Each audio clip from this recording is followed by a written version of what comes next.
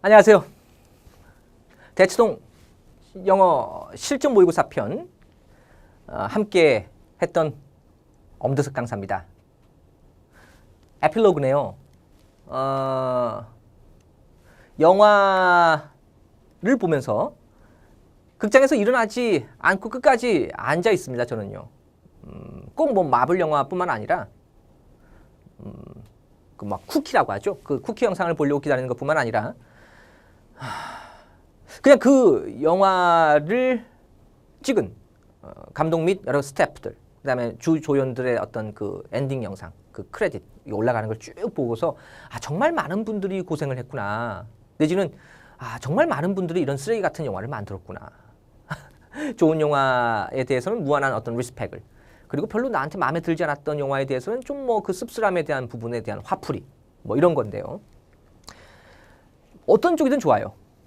만족을 했던 아니면 뭐 약간 좀 불만족스러웠던 간에 이 에필로그를 통해서 실제로 저는 만족스럽지 못했던 분들에게도 뭔가 더 하나 해드리고 싶은 얘기가 있어요.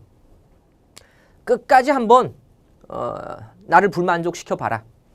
그래, 네가 지금 무슨 말을 하는지 한번 나는 끝까지 보련다. 감사드립니다. 그 용기와 그 진지함에 저는 진짜 정말 진심으로 감사드려요. 무조건 박수 쳐주는 것보다 조금 뭔가 삐딱한 시선으로 좀 불만족스럽게 보는 것도 저는 분명히 어떤 성공의 어떤 굉장히 중요한 핵심 중에 하나라고 보고 있거든요. 제가 수업 시간에 고등학교 때 잠을 자지 않았던 이유 중에 하나가 바로 약간은 그쪽 성향이었어요. 사실 선생님들 별로 안 좋아했어요. 그냥 제가 잘난 줄 알았고요. 그냥 뭐 공부 혼자 하는 거지. 그리고 자꾸 쓸데없이 뭐 해라 하는 게 그냥 내신 때문에 그냥 듣는 척 하는 거고 같이 웃어준 거지. 죄송하네요, 우리 선생님들. 근데 꼭 그런 것만은 아니지만 어쨌든 그런 쪽 선생님도 계셨어요. 그냥 안 좋아. 인성도 좀 그렇고. 그랬었어요. 그냥 우리 때는 막 구타도 막 난무했거든요. 그냥 막 주먹으로 막 때리고 막 그런, 지금 같았으면 진짜 막 다 감옥 가야 되는 선생님도 있었습니다. 정말 많이 좋아졌어요. 그래도 세상이. 그래도 뭐 언젠가는 밝혀진다. 나쁜 짓을 하면 언젠가는 벌 받는다라는 인식이 그래도 좀 있잖아요. 그죠? 근데 정말 못된 선생님도 많았고요. 못된 학생도 많았고요. 저도 못된 학생이었고요. 남들 괴롭히기도 하고 또 괴롭힘도 당하고. 어쨌건 여러분들은 같이 했습니다. 같이 했고요. 그 결과를 끝까지 여러분들이 가져갈 수 있게끔 제 마지막 얘기를 함께 하고 있습니다. 감사드립니다.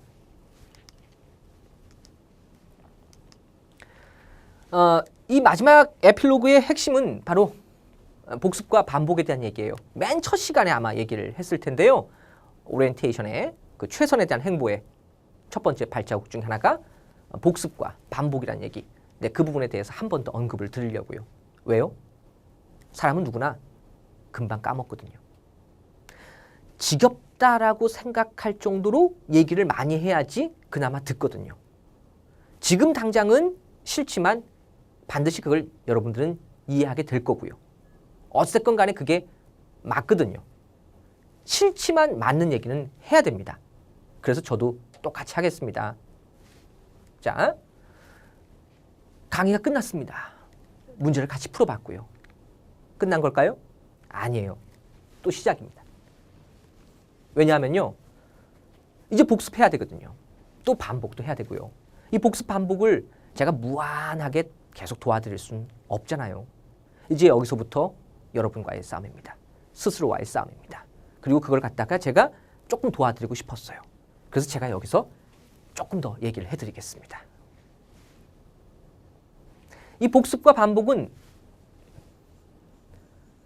여러분이 내가 안 해서 그렇구나.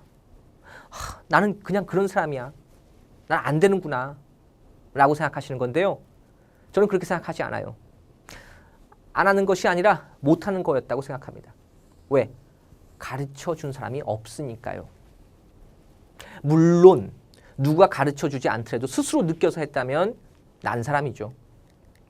훌륭한 친구죠. 자랑스러운 아들이고요. 자랑스러운 따님입니다. 근데 어떡하죠? 모를 수도 있잖아요. 못 깨달을 수도 있잖아요. 그리고 지금 못 깨닫고 나중에 깨달을 수도 있잖아요. 근데 나중에 깨달으면 안 되잖아요. 왜? 여러분이 원하는 대학을 못 들어갈 거 아니에요. 그리고 후회할지도 모르잖아요. 아니 어쩌면 정말 인생에서 가장 크게 후회하는 장면이 될 수도 있잖아요. 자, 그래서 하나 알려드리고 싶어요. 못하는 거였습니다. 이 복습의 방법 또한 포인트가 있어요. 그리고 이 반복이라고 하는 횟수도 결국 누군가 지정을 해줘야지 제대로 하는 사람도 있고요. 자, 복습 그리고 반복, 너무나 뻔한 말, 그리고 거기에 대한 키워드 두 가지, 바로 복습의 방법론 그리고 반복의 횟수. 자, 이제 해석과 독해. 제가 수업을 하면서 가장 강조했던 포인트 중에 하나입니다. 이걸 마지막으로 한 번 더 정리해 드리겠습니다. 자, 수업 시간 누누이 얘기를 하긴 했습니다만, 자, 다시 한번 얘기해 드릴게요. 워낙 중요한 개념이니까. 자, 여러분의 성적이 지금 안 나온다. 자, 영어 성적이 안 나온다라고 하면, 자, 해석 능력이 떨어집니다. 첫 번째, 독해 능력이 떨어집니다. 세 번째, 둘 다 떨어집니다. 네. 무슨 소리냐고요? 미안합니다. 여러분들. 근데 이게 써놓고 보니까 되게 웃기네요. 자, 해석 능력이 떨어진다라고 하는 차원의 문제들 분명히 있었죠? 언급한 거 기억나세요? 이따가 다시 한번 얘기해 드릴게요. 그러면 자, 독해 능력이 떨어진다라고 하는 문제, 어떤 문제인지 기억나세요? 이따 다시 한번 얘기해 드릴게요. 자, 아주 간단하게 얘기할게요. 해석 능력이 떨어진다라고 스스로 판단할 때는 자, 점검 문제를 줄이세요. 양을 줄이세요. 자, 양을 줄이세요. 양 줄입니다. 나는 해석이 지금 잘 안 되는구나. 해석을 조금이라도 더 잘하고 조금이라도 더 하고 시험장에 가야 되겠다 라고 한다면, 자, 지금 생각하는 양을 무조건 더 줄이세요. 내가 하루에 10문제를 봤다면 2문제만 보세요. 심지어 그것도 시간 없다면 1문제만 보세요. 지문 하나만 천천히 보세요.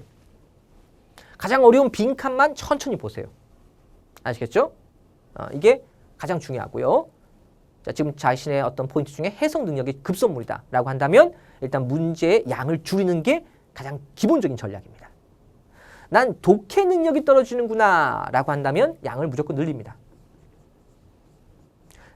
한 2달 남았네요. 만약에 한 2달 남았어요. 자, 수능 시험 전까지 2달 남았습니다. 근데 지금 독해가 좀 떨어져 라고 한다면 문제집 하나 사세요. 새로. 두꺼운 거. 이것도 괜찮아요. 자, 그걸 갖다가 매일 한 세트 이상 풉니다. 그냥 쭉쭉 푸는 거야. 쭉쭉 풉니다. 계속 풀어요. 계속 풀어요. 선생님 복습 잘 못할 것 같은데 하지 마세요. 그러면 복습하지 말고 문제 풀면서 틀린 것만 그냥 해석서 읽어보시고 그냥 넘어가요. 쭉쭉쭉 넘어갑니다. 계속 양치기 하세요. 계속 양을 늘립니다. 아시겠죠? 그럼 일단 한 등급 올라갑니다. 일단 등급 올리기 작전이니까. 영어 실력을 늘리기 위한 게 아니라 내신을 위한 게 아니라 수능 영어 등급을 지금 올리기 위한 거니까, 등급 하나를 올리려면 해석 능력이 떨어지는 경우에는 양을 줄여야 되고, 독해 능력이 떨어지는 경우는 양을 늘리면 되고, 양을 늘리는 방법 중에 가장 좋은 방법은 그냥 문제집 한 권을 일주일 사이에 빨리 푼다라는 생각이에요. 근데 선생님, 저는 둘 다 떨어지는 것 같아요. 올해 망한 거죠, 뭐 사실. 끝난 거죠. 근데 둘 다 떨어진다고 할 때는, 자, 이 1번과 2번 중에 본인이 선택을 하셔야 됩니다. 뭐에 맞춰서요? 자신의 성향에 맞춰서 말이죠. 앞서 언급했던 성향 있죠? 자기 그냥 생각해 보는 거야. 딱 봤을 때 양치기가 더 급한 사람이야. 분명히 나는 알고 있어. 나는 문제집 한 권을 지금 풀어야 돼. 왜냐하면 올해 푼 문제집이 한 권도 없어. 근데 나는 문제를 풀면 그냥 자는 스타일이야 라고 한다면 그냥 양을 줄이고 해석만 하세요. 자신을 인정하시라는 거야. 선생님, 저는 꼼꼼하게 막 문제 풀면서 막 슬래시 긋고 막 동그라미 치고 막 후치 막 하고 막 스스로 막 별표 막 하트도 막 그리고 막 하더라고. 꼼꼼하게 원래 보는 스타일인데, 그러다 보니까 전체적으로 자꾸 시간이 분배가 안 되고 맨날 6문제 정도 못 풀고. 양치기 하셔야 돼요. 양치기 하셔야 돼요. 아시겠죠? 그걸 개선하려고 노력은 하셔야 돼요. 근데 또 인정을 하셔야 돼요. 안 되는구나. 나는 수능 영어 시간 내에 끝까지 원래 문제를 못 푸는 거구나. 그리고 못 풀 것 같아. 근데 그게 결론이야, 사실은. 그러니까 다는 못 풀 것 같아. 한 4문제를 못 풀어, 무조건. 그러면 어쨌건 간에 4문제를 못 풀었다면 이제 2문제는 못 풀고 2문제는 풀 수 있도록 그 정도 노력은 해야 되지 않을까? 그래도 그게 내가 1년 동안의 어떤 나 스스로에 대한 책임감이 아닐까? 그 정도로 생각해 주셨으면 좋겠고 거기에 위한 잣대 중에 해석 능력이 조금 더 나한테는 더 맞는 성향이다 싶으면 양을 줄이고 철저하게 해석 연습을 하고 이왕 맞을 걸 정확하게 맞는 걸로 마무리를 짓겠다라고 하든지 아니면 그냥 양을 철저하게 높여서 늘려서 양치기를 통해서 그냥 등급 하나를 어쨌건 간에 올리겠다는 어떤 전략으로 수정을 할지 혹은 그걸 고정을 시킬지를 취사 선택하시기 바랍니다. 이 둘 다 떨어진다고 해서 이 두 가지 다 취하겠다는 것은 일단 어불성설이라고 생각하거든요. 자, 이 중에서 무엇이 가장 급한 것인지를 꼭 생각해 보셨으면 좋겠습니다. 특히 이 부분에 대한 얘기가 이제 마무리가 조금 미진한 것 같아서 좀 다시 한번 보충을 해드리자면 둘 다 떨어진다라고 생각했을 때 가장 확실한 방법이 하나가 있어요. 시간이 일단 좀 있어야 돼요, 여러분들. 만약에 지금 이 강의를 보는 타이밍이 비교적 좀 빨라가지고 제 얘기를 먼저 보시고 뭔가 하나의 각성에 대한 어떤 시간을 찾을 수가 있다면 혹은 그 시간이 좀 있다면 한 4달 정도, 한 4달 정도 한 4달 정도를 일단 생각해야 되는 건데 보통 이제 1, 4분기, 2, 4분기, 3, 4분기, 4, 4분기 1, 2, 3, 4, 5, 6, 7, 8, 9, 10, 11, 12 그러니까 11월 달이니까 제가 봤을 때는 한 6월, 6, 7, 8, 9 아니 7월도 괜찮네요. 7, 8, 9, 10 요 정도가 만약 남았다면 자 근데 둘 다 떨어진다라는 것이 일단 여러분이 스스로 자각이 됐고 뭔가 해보고 싶다면 네 가장 빠른 처방을 하나 말씀을 드릴게요. 문제집 한 권을 어떤 문제집을 추천하는지도 얘기 좀 드릴까요? 문제집이 아니라 문제집 말고 문제집보다 뭐 무슨 문제집을 추천할지는 제가 이제 나중에 기회가 되면 그거는 이제 개인적으로 또 말씀을 드릴게요. 왜냐하면 이제 공개적으로 말하기에는 좀 뭔가 좀 불편한 것도 좀 있으니까 뭐 다른 출판사도 있고 하다 보니까 일단 여기서는 문제집보다 여러분들 몇 개년 기출 있죠? 기출 수능 기출 그 다음에 학평 그다음 목평 전부 다 오케이 요거 자 개년으로 갔을 때 이제 3개년 5개년 이렇게 하잖아요. 그죠? 보통 이제 시중에서 사는 문제집은 보통 3개년 5개년이 많은데 다 필요 없어요. 딱 1개년이야. 그러니까 작년 거라는 거죠. 작년 거. 응? 바로 작년 거. 자, 지금 올해를 기준으로 올해 거 말고 올해 거는 오히려 남겨놔야 돼요. 올해 거는 만약에 본다고 한다면 요 7, 8, 9, 10 끝나고 바로 올해 걸 다시 보시면 돼. 그래서 올해 것까지 잘 했던 분들은 상관없지만 올해 것도 안 봤다라고 한다면 올해 거를 먼저 보자라고 잘못 판단할 수 있는데 그것보다는 자, 올해 거를 어쨌건 간에 봐야 된다면 조금 더 미루세요. 조금 더 미루고 일단 작년 거를 선택합니다. 1개년 딱 잡아요. 쫙 펼쳐주는 거야. 쭉 펼쳐둔 다음에 첫 번째, 2번 독해 능력으로 먼저 커버를 합니다. 그 말은 무슨 말이에요? 작년 문제를 쉬지 말고 양치기 하듯이 쭉 풀어봅니다. 힘들겠죠? 괜찮아요. 그래서 하세요. 쭉 하세요. 했죠? 그리고 해석 능력으로 조금 뭔가 채워줍니다. 그 중에서 자, 수능, 학평, 모평 3개 중에서 일단 가장 공신력이 있는 시험이 그래도 수능, 그 다음 모평, 그 다음 학평이죠. 그 순서예요. 그래서 수능 기준으로 일단은 해석 능력에 대한 부분을 양을 줄이면서 그러니까 너무 많이 틀렸다면 다 하지 말고 요거는 대충 그냥 보고 이해를 했으면 넘어가자 했는데 이건 진짜 무슨 말인지 모르겠어. 내지는 이건 진짜 무슨 말인지 알겠는데 정말 억울하게 틀렸어. 요거는 좀 자세히 봐야 될 것 같아. 억울하니까. 라고 하는 문제 몇 개를 선정하세요. 그 몇 개도 알려드려요. 보통 독해 문제 28문제 기준으로 했을 때 28문제 기준으로 했을 때 4개월 남았다고 치고 보통 기준한다면 5개의 지문 정도. 5개의 지문 정도. 이 5개의 지문 정도를 보는데 이 해석 능력으로 철저하게 커버를 한다.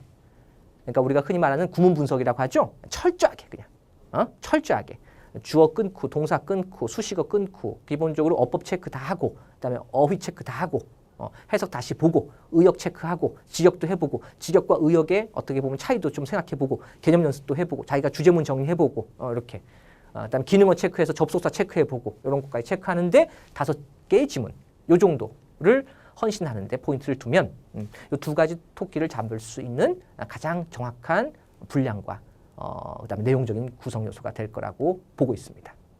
뭐 더 많아요. 더 많은데 일단 여기까지만. 시간 너무 많이 끄는 것 같으니까 여기까지만 일단 얘기를 할게요. 자, 그다음 반복의 횟수입니다. 결국에는 얼마나 많이 했느냐예요. 반복을. 제가 어쨌든 간에 뭐 우리나라에서 가장 시험 잘 본다라고 알려져 있는 뭐 변호사님들, 의사들 뭐 만나서 얘기를 해보면 결국 다 똑같은 얘기예요. 한 번에 가져가지 못했다. 자기들도. 그 똑똑했던 분들도. 얼마나 반복을 많이 했느냐. 결국엔 이겁니다. 자, 여기서 아까도 얘기한 거니까 이거는 여러분들이 어려운 문제를 틀리는 것만은 아니라는 점 반드시 아셨으면 좋겠고. 자, 반복의 횟수를 정하는 것도 여러분들이 잘못됐다는 것이죠. 반복은 횟수를 정하는 게 아니라 그냥 무조건 많이 해야 되는 거예요, 원래. 난 3회독 하겠다, 5회독 하겠다, 10회독 하겠다. 아니에요. 여러분들 그 공부했던 분들 중에 우리가 흔히 막 고시 패스를 막 기가 막히게 빨리 한 분들 반복을 정해놓고 한 게 아니에요. 그냥 하고 보니까 내가 보니까 6회독을 했었네. 10회독을 했었는지. 이게 나중에 얘기한 거지 난 6회독을 해야지 10회독을 해야지 정해놓고 한 게 아니에요. 그분들은 무한한 반복을 정해놓고 한 건데 그렇게 무한한 반복을 정해놓고 해도 10회독밖에 못한 것뿐이야. 근데 어쨌든 패스는 했어. 그럼 된 거지 뭐. 해서 이제 후기로 알려주는 거죠. 그럼 사람들이 착각하는 거죠. 6회독, 10회독만 하면 되는 거구나. 네, 아니죠. 그렇게 똑똑한 양반들도 10회독을 해야지 할 수 있었다면 나 같은 평민들은 미안합니다. 여기서 말하는 평민은 그 사회 계급을 얘기하는 게 아니라 어쨌건 이 사람보다 똑똑하지 못하다고 생각하는 자기도 기본적으로 그 정도 똑같이 하면 될 것 같다라는 착각. 아니죠. 더 해야 돼요. 더 해야 돼. 자, 그건 틀림없어요. 사실 뭐 아까도 제가 뭐 그런 얘기 했지만 저는 완전히 IQ가 사실 세 자리가 아니기 때문에 더욱더 저는 반복을 많이 했던 사람이어서 이 점에 대해서는 정말 절감하고 또 정말 중요하다고 생각하거든요. 실제로 그렇게 했고요. 또 그렇게 하고 있습니다. 저도요. 지금도 저는 남들 강의 준비할 때 남들은 뭐 한 3번, 4번 보고 그냥 강의를 하시고 혹은 뭐 강의할 내용도 보지 않고 그냥 하시는 분도 있겠지만 저는 자면서까지 계속 반복을 해요. 어떤 얘기를 해드려야 되나, 어떤 말을 해드려야 되나, 이 내용이 좋을까, 저 내용이 좋을까. 그렇게 해도 뭐 실수하고 딱 까먹고 못하는 경우도 많은데 그만큼 제가 제 승부수는 반복밖에 없다고 생각하는 것도 있거든요. 뭐 이건 뭐 제 지론일 수도 있겠지만 또 제가 만나봤던 그 모든 사람들의 어떤 종합적인 결론 바로 그거에 대한 얘기입니다. 반복 횟수를 정하지 마세요. 일단은요. 여러분들. 정하지 않았으면 좋겠고 자, 적어도 수능에서 고수를 만나 봤던 경험에 의하면 똑같은 문제집을 계속 반복해서 보는 게 더 좋았다는 건 틀림없는데 또 무조건 똑같은 문제집을 반복하는 게 좋다라고 얘기할 수 없는 게 이게 또 대단한 고수가 아니면 한번 자기가 체크했던 문제집을 다시 보는 것도 그 피로감을 느껴서 어떻게 보면 포인트가 떨어지는 경우도 많기 때문에 차라리 똑같은 문제집을 여러 번 반복하는 것까지 똑같이 따라 하되 아예 새로운 책을 사서 그러니까 똑같은 책인데 몇 권을 더 사서 이거를 반복하는 게 조금 돈은 들겠지만 그게 훨씬 더 효과적이었음을 저는 깨달았습니다. 그래서 말씀드리고요. 자, 선택지만 보고도 전체 내용이 떠오르게 하는 것이 결국 핵심이다라는 얘기는 결국 이 반복의 어떤 효과는 문제가 아니라 그 문제 밑에 있는 선택지, 보기죠. 그 보기만 보고서도 이 문제가 그 문제였구나 라고 깨닫는 거. 자, 거기에서 진짜로 내가 했구나. 나 공부 좀 했구나. 나 복습 좀 했구나.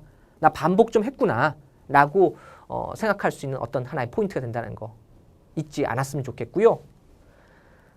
자, 이 마지막으로 안 써도 되는데 단어장은 안 봅니다. 아시겠죠? 어쨌건 1년 내내 혹은 고3 내내 단어장 안 보신 분들은 갑자기 단어장 내가 단어가 부족했는데 단어장 봐야 되지 않을까? 네, 집어치우시기 바랍니다. 단어장은 치웁니다. 자, 이제 마지막입니다, 여러분들. 자, 에필로그의 마지막입니다. 자, 문항별 복습 그리고 그 반복의 핵심 키워드 마지막으로 함께 해드리겠습니다. 자, 듣기. 자, 설마 하시면 큰일 나요. 자, 듣기를 하나라도 틀리면 올해 수능 망친 거니까요. 자, monthly 한 달에 한 번도 좋아요. 자, 하루에 3세트 한 번에 푸세요. 그러면 자, 한 달에 한 번도 좋은데 한 번에 3세트 풀고 원고 반복해서 읽어주시기 바랍니다. 자, 풀었던 세트를 일주일간 백그라운드 뮤직, BGM, OST라고 생각하고 일단 들어주시기 바랍니다. 여러분의 듣기 무조건 만점입니다. 자, 18번 글의 목적, 19번 심경 분위기, 20번 주장하는 바, 21번 문맥 속 표현, 22번 글의 요지, 23번 글의 주제, 24번 글의 제목. 18, 19, 20, 21, 22, 23, 24번까지는 해석보다 독해 시험입니다. 즉, 글 전체의 스키밍. 쭉 훑어읽으면서 이게 무슨 말을 하는 거지? 라는 걸 뽑아내는 능력이 요 문제들의 핵심이에요. 자, 속독이죠. 자, 속독 베이스의 지문을 빠르게 읽기를 3차례. 자, 여기서 말하는 3차례는 기준이 아니에요. 그냥 3차례가 최소를 얘기하는 거예요. 미니멈이에요. 그리고 그 이상 계속 반복해 주는 거. 3번 읽었으니까 됐다. 남들은 3번 읽어서 되는 사람도 있어요. 근데 자기는 안 되면 3번 만족하지 마세요. 4번, 5번, 6번, 7번. 7번을 읽었는데 나는 속독이 안 되네? 괜찮아요. 괜찮아요. 아니, 속독을 못한다고 해서 여러분이 못난 사람은 아니에요. 다만 나는 속독에 대한 부분이 지금 부족한 사람인 것 뿐이니까 그걸 반복을 계속 하시면 돼요. 아시겠죠? 괜찮아요. 괜찮아요. 자, 18번부터 24번까지는 속독 연습하세요. 계속 읽으세요. 빠르게. 쭉쭉 읽어주세요. 쭉 읽으세요. 멈추지 말고. 쭉 읽고 해석서 다시 한번 쭉 읽고 우리말 한번 쭉 다시 읽고 다시 영어 쭉 읽고 우리말 다시 한번 쭉 읽고 영어로 그래서 다시 읽었는데 또 까먹었어. 그럼 또 읽으세요. 계속 이렇게 스키밍.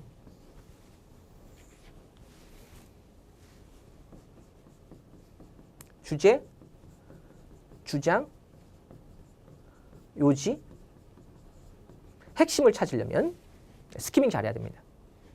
문장 하나하나에 꽂히면 안 돼요. 글 전체를 쭉쭉 볼 수 있어야 돼요. 글을 끝까지 보셔야 돼요. 대부분 사람들이 실수하는 이유가 바로 여기 있어요. 요즘 주제 제목 찾기 문제에서 제목 안 썼네. 제목. 이 제목 문제에서 기본적으로 실수율이 높은 이유 중에 하나가 글을 중간 혹은 마지막만 읽고 빨리 풀려고 하다 보면 그렇게 틀리더라고요. 아시겠죠? 글을 끝까지 읽으세요. 글을 끝까지 여러 번 읽고 속독 능력을 키운다라고 생각하시면 되겠고요. 자, 25, 26, 27, 28 표, 전기문, 안내문 내용 불일치까지. 자, 해석 문제입니다. 자, 해석 문제인데 그 해석의 시간, 복습 시간은 그렇게 길지 않아야 됩니다. 자, 구문 항목을 체크하시면 돼요. 꼼꼼히 한 번이라도 요거는 필기는 해보셨으면 좋겠습니다. 자, 아까 제가 노트 필기 필요 없다라고 했던 부분은 전체적인 문제에 대한 얘기고 요 문제들에 대한 어떤 정리는 여기서 말하는 노트 필기는 한 번 적어두면 그걸 갖다 계속 쓸 수가 있기 때문에 요거는 사실 뭐 아까 너무 위배되는 얘기 같으니까 그럼 여기서 살짝 제가 노트란 말을 지우고 그냥 필기만 하시는데 이 필기를 꼭 노트에다 할 필요 없이요. 그 시험지 옆에 여백 있죠. 그 표 옆에 여백 있을 거 아니야. 거기에 여러분들이 기본적으로 외워야 될 표현들 뭐 그런 거 있어. 비교급 표현, 배수 표현, 그다음에 뭐 최소, 최대 뭐 이런 거 있죠. 정해진 표현 있잖아요. 그러면 뭐 현장 등록, 온사이트 이런 표현들 이런 표현들을 그냥 적어두시는 거예요. 밑줄만 치지 말고 적어두세요. 알겠죠? 적어두라는 거예요. 그리고 그것만 보세요. 그것만 보면 돼. 알겠죠? 그렇게 해서 해석 시간을 좀 많이 아꼈으면 좋겠습니다. 이 문제는. 근데 제가 지금 이걸 얘기하는 이유는 아예 이 구간은 안 보시는 분이 너무 많아. 쉽대요, 남들이. 자기는 틀릴 수 있는데. 쉬운 것까지 좋아. 그럼 다 맞아야죠. 다 맞아야 되는데 자기는 하나라도 틀리잖아요. 혹은 틀렸던 적이 있죠. 그렇지? 그럼 아니에요. 남들 자꾸 생각하지 마세요. 알겠죠? 상대평가 아니라니까요. 수능 영어 절대평가예요. 남들 신경 쓰지 말고 내가 혹시 실수할 수 있으면 혹은 내가 틀린 적이 있으면 필기하시고 꼭 체크해 주시기 바랍니다. 알겠죠? 다 맞으시면 돼요. 수능 때. 29, 30, 31에서 34번, 35번, 36에서 37번, 38에서 39번, 40번. 뭐 클라이맥스죠. 수능 영어의 클라이맥스입니다. 정점이죠, 정점. 어법, 어휘, 빈칸, 흐름, 순서, 삽입, 요약문까지. 네. 모든 킬러 문제가 여기 다 모여 있습니다. 이 구간에요. 네. 양치기의 정석과 문장 해체의 기본. 아까 말씀드렸죠? 여기서 여러분의 고민이 확실하다면 양치기 하세요. 양치기. 많이 푸세요. 문제집 한 권을 일주일 안에 푸세요. 선생님, 이런 문제, 빈칸 문제, 어법 문제, 순서 문제, 삽입 문제만 모아놓은 그 문제집만 사서 풀어도 되나요? 돼요. 그래도 되고 아니어도 돼요. 상관없어요. 어떤 문제집을 선택하는지는 사실 여기서 제가 얘기 안 하겠다는 거예요. 그건 제가 이제 나중에 여러분 개개인에게 상담을 해드릴 건데 일단 괜찮아요. 양치기가 좋아. 어쨌든 많이 푸세요. 많이 풀어. 아니면 문장 해체를 여러분이 처음부터 다시 하셔야 됩니다. 그러니까 흔히 말하는 이제 구문 연습부터 해야 되는 거죠. 그러니까 문장 하나에 대해서 문장 성분 다 쪼개서 확인해야 되고 그 문장의 어떤 정확한 의미까지 다시 한번 체크를 해야 되는데 이게 필요한 분도 있어요. 사실은요. 있어요. 어떤 분들? 98점, 94점 나오는 사람들. 이런 분들. 왜냐하면 지금 현재 98점, 94점이면 영어 안 해도 된다고 생각하는데 그래도 살짝 불안하다면 굳이 양치기 할 수 있는 그런 사람은 아니에요. 그렇다면 그 중에 일부를 아주 해체를 하시는 거야. 아예 스스로가. 그러니까 절대로 하나라도 이상이 없게끔 만들어 놓겠다는 자세. 내가 이 문제가 좀 찝찝했는데 맞긴 했으나 약간 찝찝해. 그럼 그걸 갖다 완전히 해체하셨으면 좋겠어. 98, 94점짜리들. 아주 적지만 있죠. 이분들도 어쨌건 공부를 한다는 자세. 정말 고마우니까 이분들도 저는 얘기를 해드려야 됩니다. 자, 지금 보고 있는 1등급. 네, 문장 해체하세요. 찝찝함을 없애세요. 다음. 자, 등급 유지가 목표라면 천천히 꼼꼼히 체크하시면 되겠습니다. 아까 얘기했던 그 1등급짜리들. 그죠? 자, 등급 유지예요. 지금 1등급 혹은 이제 이런 분도 있어요. 자, 2등급으로 거의 굳어졌어. 한 86점으로 2등급은 거의 나오는 것 같아요. 이제 굳어졌어. 그리고 사실 나는 내가 가려고 하는 대학의 모든 상담을 받아봤더니 2등급 굳히기 그리고 수학을 올리는 게 더 급해서 영어는 2등급으로 딱 하는 게 오히려 가장 좋아. 난 지금 진짜 수학이 더 급해. 혹은 국어가 더 급해. 라고 하셔서 이 유지라 2등급을 유지해야 된다라는 것이 적절하게 확립이 완전히 됐다면 자 등급 유지가 목표라면 어찌됐건 간에 양치기는 이제 포기하셔야 됩니다. 혹은 안 하셔야 됩니다. 천천히 아까처럼 문장 해체까지는 안 되더라도 꼼꼼하게 체크하는 걸 기본적인 모태로 두시면 되겠습니다. 하나하나씩요. 하나씩 천천히. 오늘 어법 문제 하나. 오늘은 어휘 문제 하나. 오늘은 빈칸 문제 4개. 이것만 한번 쭉 천천히 한번 체크해보자. 천천히. 자, 등급 상승이 목표라면 매일 일정 문제 이상의 양으로 승부한다. 지나치게 많이 반복돼 있죠. 계속 똑같은 얘기예요. 제발요. 난 상승을 하겠다. 양이에요. 이 땅의 모든 영어 시험을 다 가르쳐 봤다는 게 제 장점 중에 하나거든요. 수능뿐만 아니라 여러분이 나중에 만나게 될 뭐 토익, GTLF, 그다음 뭐 영국 영어인 IELTS, 그다음 SAT, TOEFL, 그다음에 플렉스, 그다음에 공무원 영어, 편입 영어 다 가르쳐봤고 다 응시를 해봤고 다 학생들에서 현장에서 직접 다 해본 경험이 있어요. 그러니까 사실 이거는 저를 믿으셔도 됩니다. 이렇게 많은 경험을 가진 사람은 사실 없으니까요. 저보다 잘생기고 저보다 더 화려한 언변을 가지신 분들은 많은데 일단 영어 시험에서만큼은 저보다 경험이 많은 사람은 없다고 스스로 자부하고 있습니다. 제 그게 어떻게 보면 일종의 그냥 자부심이거든요. 그래서 정확하게 말씀드리는 거예요. 시험 영어라면 시험이라는 말이 붙으면 일단 그리고 그게 점수를 높여야 된다면 그리고 수능에선 등급을 높이는 게 일단 첫 번째 좌표라면 무조건 양이라는 거. 일정 문제 이상의 일정 수준의 이상의 문제를 푼다. 내가 생각하는 것 이상으로 문제를 풀면 일단 등급은 오른다라고 생각하시면 되겠어요. 이 정도까지 많이 풀어도 되나? 라고 싶을 정도로 많이 풀면 어쨌든 등급은 올라요. 실력이 오르는 건 아니에요. 근데 등급은 올라요. 그래서 등급이 오른 상태에서 실력을 나는 이제 가다듬고 싶을 때 그때 다시 양을 줄이고 이런 해체 혹은 천천히 꼼꼼히 나가시면 됩니다. 그러니까 요 순서만 지켜주시면 돼요. 이제 이 정도면 충분히 제가 하고 싶은 얘기는 다 된 것 같고요. 자, 나머지 구간입니다. 41, 42 장문 제목 어휘, 43, 45번 순서 대명사 문제, 내용 일치 문제. 자, 시간 관리.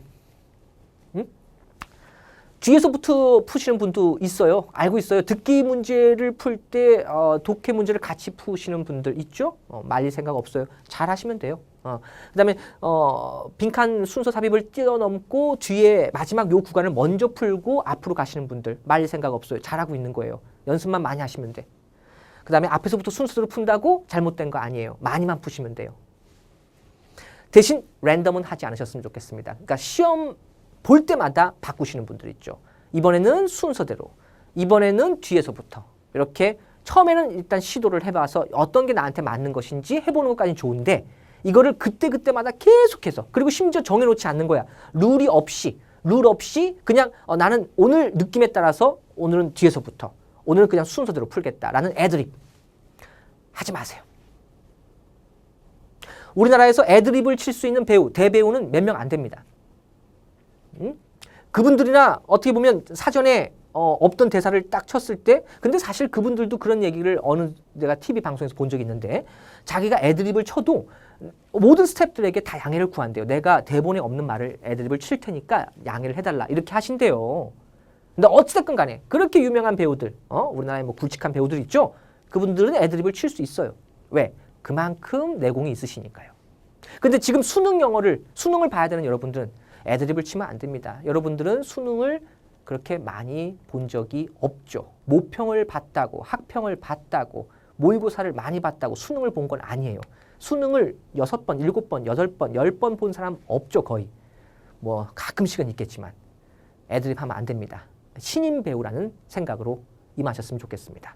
이제 딱 한 번, 그리고 그걸로 끝내야 되는 그 신인 배우가 딱 한 번으로 정상의 대열에 합류해야 되는 그래서 정해진 대로 무조건 가서 끝내야 된다는 그런 생각을 하셨으면 좋겠습니다.